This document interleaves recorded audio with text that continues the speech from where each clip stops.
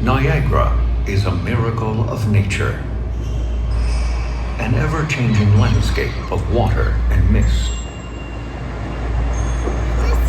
The water that flows over it is fossil water from the end of the last great ice age.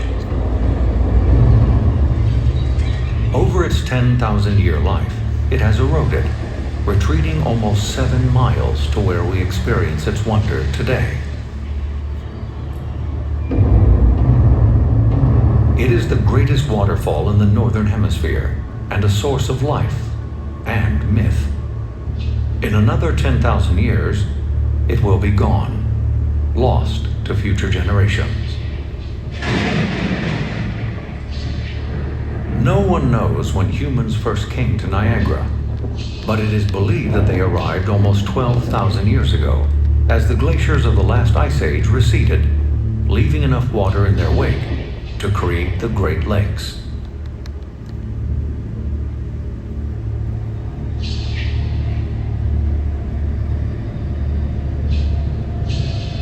By 3,000 years ago, it was the Iroquois who had settled here.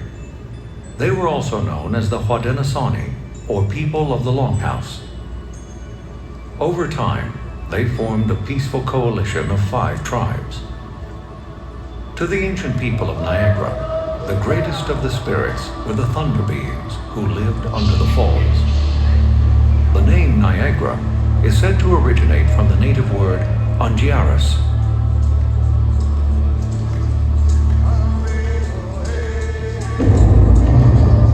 It is from the oral traditions of these people that the story of Lualaba, the Maiden of the Mist, comes down to us through time. As a young woman, Lualaba left her village on the river. Some say that she lost her husband, and thus her hope of a happy life. Some say that her father promised her as a wife to the king of the Angiaris nation. It was a great honor, but Lualaba could not love him, for she was in love with another. As she did not wish to bring shame to her family and dishonor to the wise old elder, she was forced to leave her village. Another legend tells of a great snake that lived beneath the river and came to the village to poison the water so he could eat the dead. It was a heroic Lualaba who volunteered to offer herself to the thunder gods in hopes they would help her people.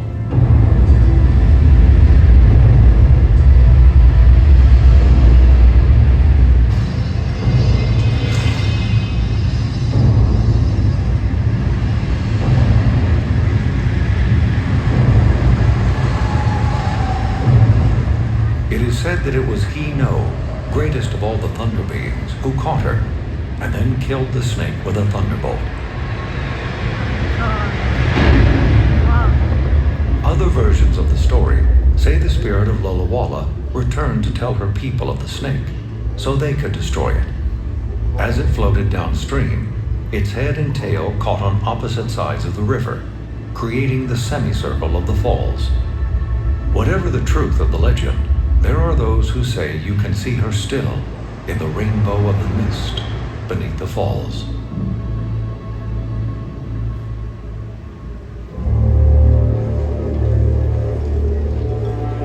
It wasn't until the late 17th century that the Europeans came to Niagara.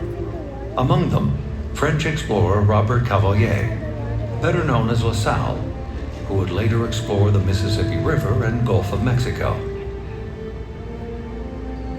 La Salle was charged with developing the lucrative fur trade with the Iroquois. He also dreamed of finding a mythical land route to China. He and his men became snowbound near the Great Lakes in the severe winter of 1678. Franciscan Recollect priest, Father Louis Hennepin, recorded the extraordinary events of the expedition. The waters of the gorge are too treacherous to navigate. We have abandoned our ship. We have entered that portion of the river Captain Cavalier supposes to be the route to his China passage. By our calculation, it connects 2 Great Lakes. But it is clear God has deemed these passages not to be gained with ease. Aidez-nous. Allez.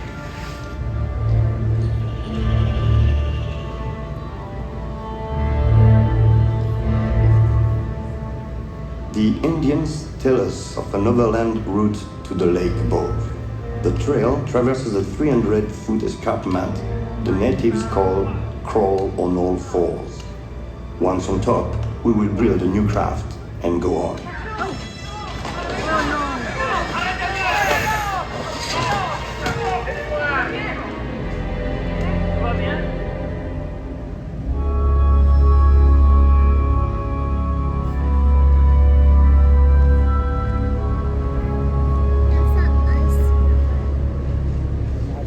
For 3 days now, the wind has carried the most frightful noise.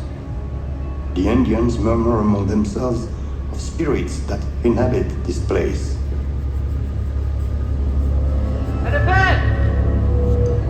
The camp is beset with fear. What God has willed for us, we know not, but we shall march forward, sustained by our faith.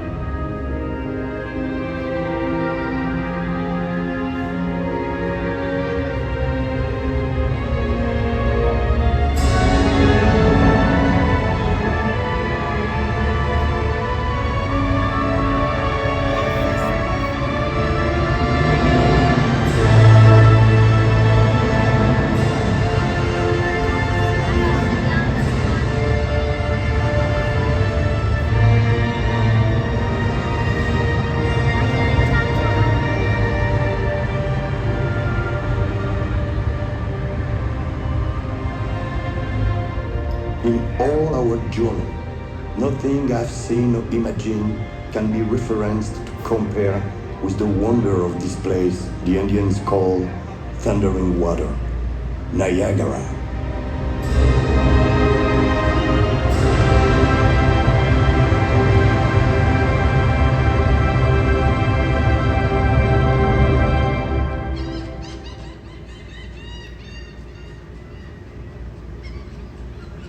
With the coming of the explorers, the Europeans learned what the natives had always known. Water was the way west. It was perhaps inevitable that conflict would arise. There were a number of reasons for the War of 1812 between the youthful United States and the British Empire. The British had blocked trade between the Americans and their ally France. American sailors had been captured and forced to serve in the British Navy. And the British supported native tribes who fought American expansion into new territories. Perhaps, too, Americans had an eye on the rich lands above their northern border.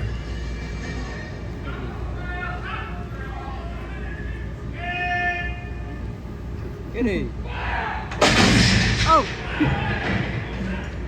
On July 25th, 1814, the Battle of Lundy's Lane, one of the bloodiest battles of the war, took place very close to the falls. How many artillery pieces? Field? Stationary? They brought them down from the falls. I couldn't tell you for certain. We got a couple of them, but just couldn't get Smash your muskets! More light section! Light infantry ready! Fire at will! Retreat! All told, the battle claimed more than 250 lives and more than 1,100 missing or wounded. The British had the better of the battle, but would soon lose the war.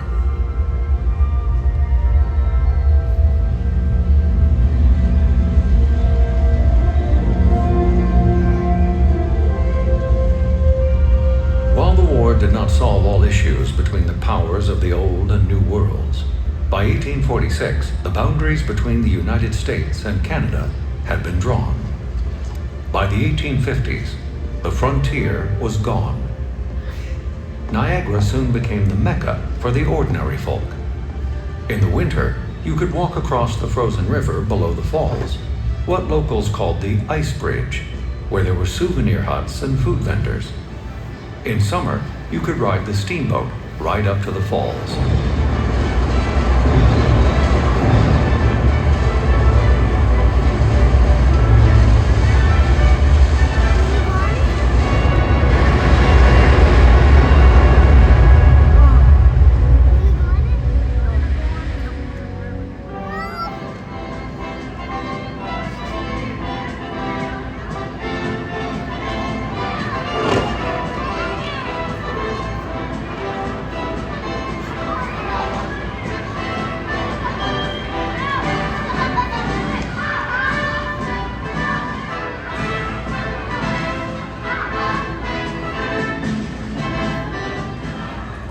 How'd you do? Welcome to Niagara, Your Honor. Thank you.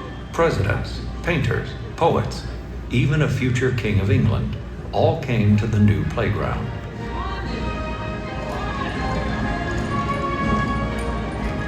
A few brave souls had other ideas and would risk all for a moment of glory. The most famous of Niagara's daredevils, Jean-Francois Gravelet, was better known as the Great Blondin. Let Blondin through. Excuse me. Let Blondin through. Excuse me. Stand up.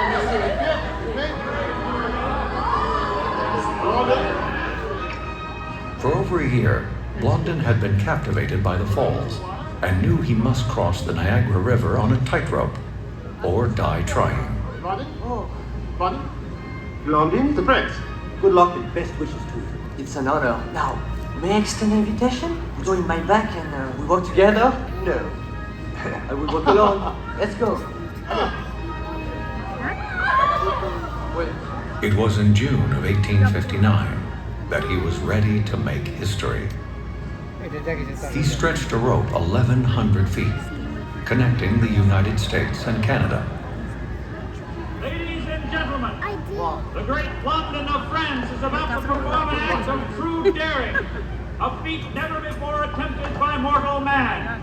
Your attention, please. He is about to begin.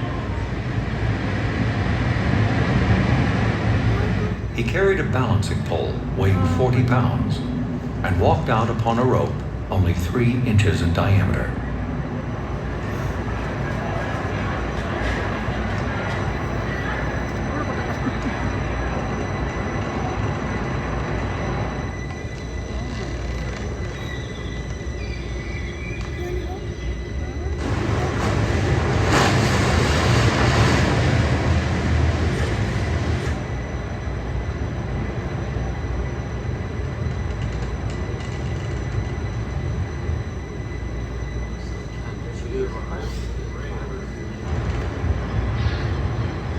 In the years that followed, more than 10 daredevils would risk their lives following in Blondin's footsteps, including Andrew Jenkins, the professor, who rode a bicycle on a wire; Maria Spalterini, the first woman to walk a wire across the river;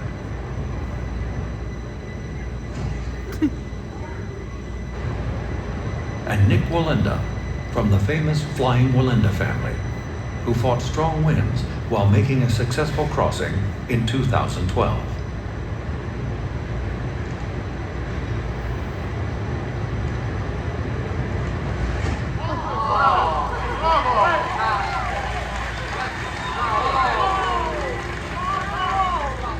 This trip would be Blondin's first.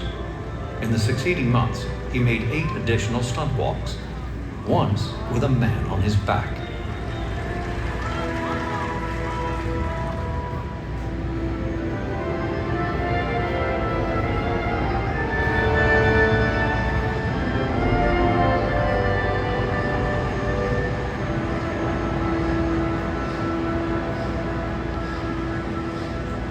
The steamship Lullawalla was only 11 years old when the Civil War broke out. Tourism died, and the boat was sold. Captain Joel Robinson, faced the most extraordinary challenge of his life. They board her on condition I get her downriver. That means taking her through Whirlpool Rapids. They claim it's the most dangerous stretch of white water in the world. They say I shouldn't try, but hell, impossible's a word that old steamboat and I ain't never heard of.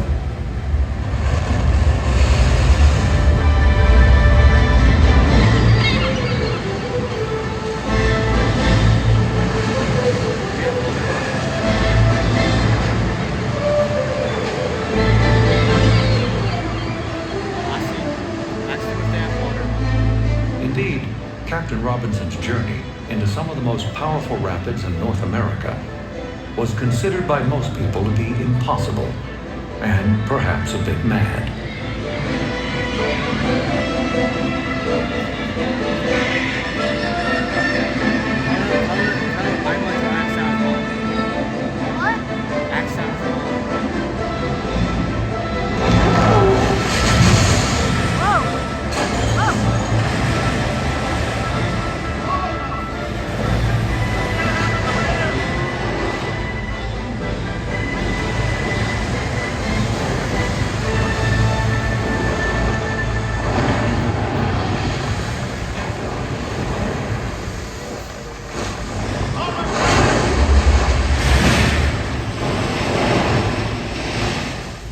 Through the Great Gorge Rapids, then the Whirlpool, and on through the dreaded Devil's Hole Rapids, the steamer was rocked and pounded.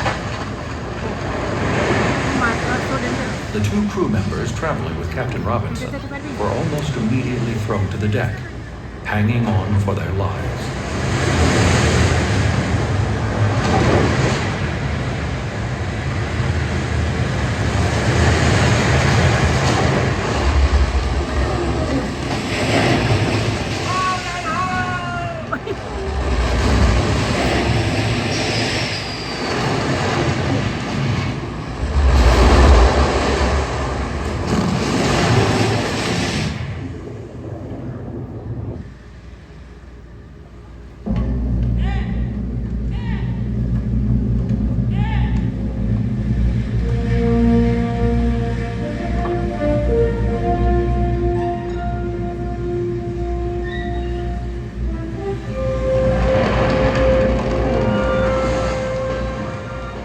Although Captain Robinson had achieved the near impossible and was naturally exuberant immediately afterwards, the experience left him shaken. No chance you got a bit of bed anywhere, eh?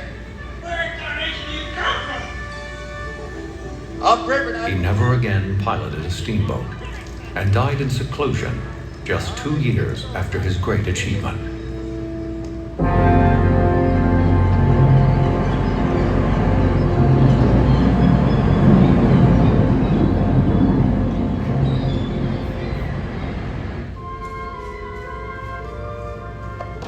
Annie Taylor was a 63-year-old retired school teacher when she thought of a novel idea, an idea that would become synonymous with Niagara. As a widow, Annie Taylor's motivation was to make enough money to support herself in retirement. While her method to find fame and fortune may have been unique, she was really following in the footsteps of earlier daredevils. I've got to get in first. Annie had a special barrel made for her stunt, one built from oak and iron, with a mattress added for safety. As very few people wanted to be part of what could turn out to be a suicide stunt, there was resistance to helping her. Annie tested her plan out by sending a cat over in the barrel. What will they think of their Miss Taylor now, eh? When the cat survived, Annie set her attempt for her birthday, October 24th, 1901. Well, bon voyage, Annie. Thanks, Mel. Oh. Don't forget, I'm going to need lots of air. Put the lid on. Concerned about breathing in the confined space, Annie had her friends use a bicycle tire pump to compress enough air into the barrel for her to survive the 5-minute journey to the brink of the falls. Now, don't forget the cork. The cork? Who's got the cork? I've got the cork. I'm 43. Be quiet, Henry. It's okay. Henry's all right. Look now. Henry, no.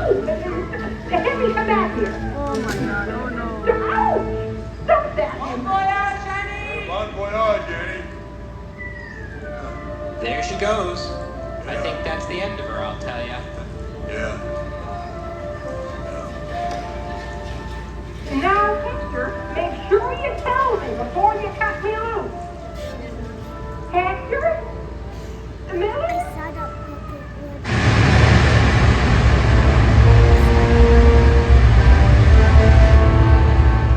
The barrel was set loose from the American shore. The currents took the barrel toward Horseshoe Falls. The drop, 175 feet, with great piles of rocks below.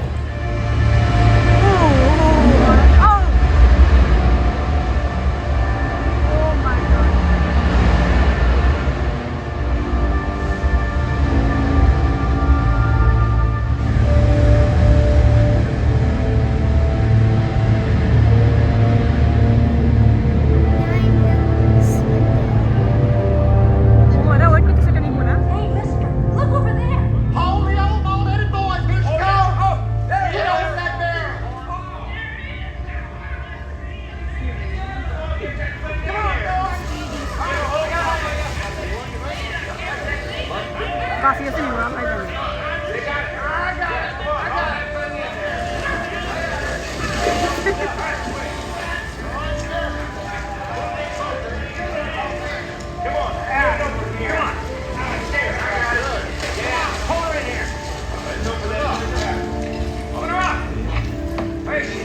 She okay? Annie? She all right? She's alive!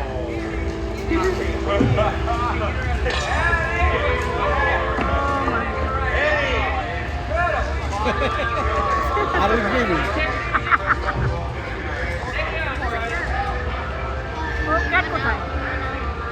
Cat বাইরে গেছে? Oh no, he's না, cat আছে ভিতরে, ওই যে। Wait. I thought it was black. ওটা কালো black ছিল। এই যে বুয়া বানাইছে।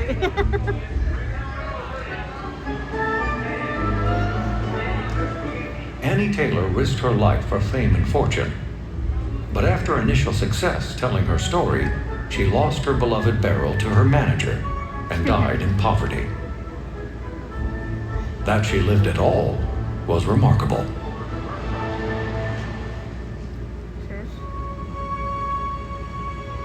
July 9th, 1960. 7-year-old Roger Woodward and his 17-year-old sister Deanne were taking their first ever boat ride. Jim Honeycutt, their father's co-worker, piloted the boat.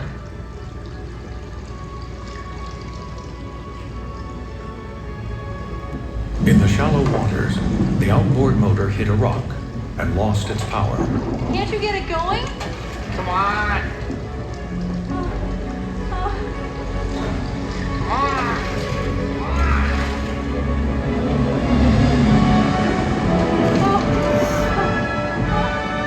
Get your jacket on.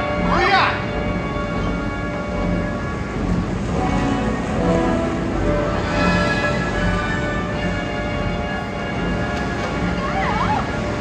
Get back. Get back.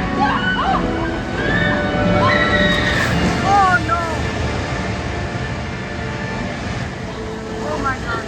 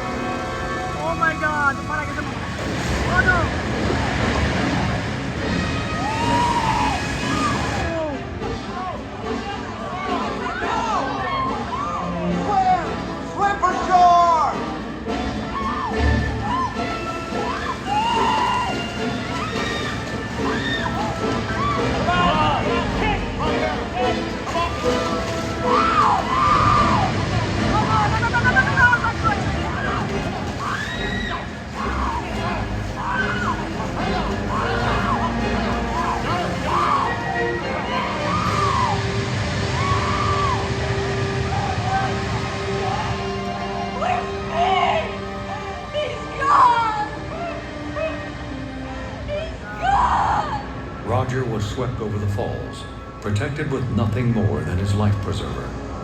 Deanne was pulled from the river only 20 feet from the brink.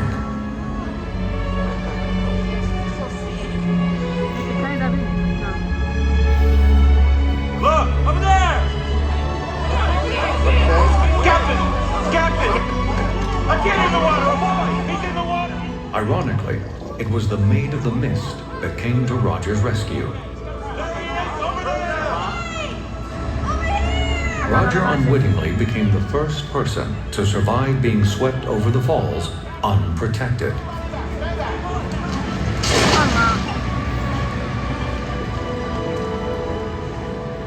The story was an international sensation, and from that day on, Roger's journey was called the Miracle of the Falls. Let it breathe. Come on, give him air.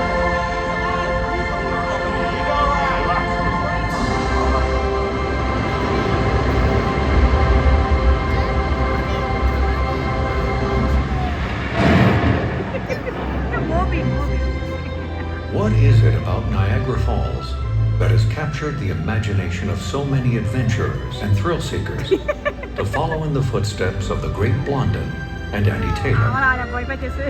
Is it the size of the falls and their sheer power that calls to some to test their strength against that of nature? And why do we continue to come today? Is it to marvel, to learn, to imagine ourselves as discoverers and adventurers? Perhaps. But perhaps it is to experience the power of nature, to search for something greater than ourselves, to see a rainbow in the mist, and connect with the myths, miracles, and magic that abound in this singular place.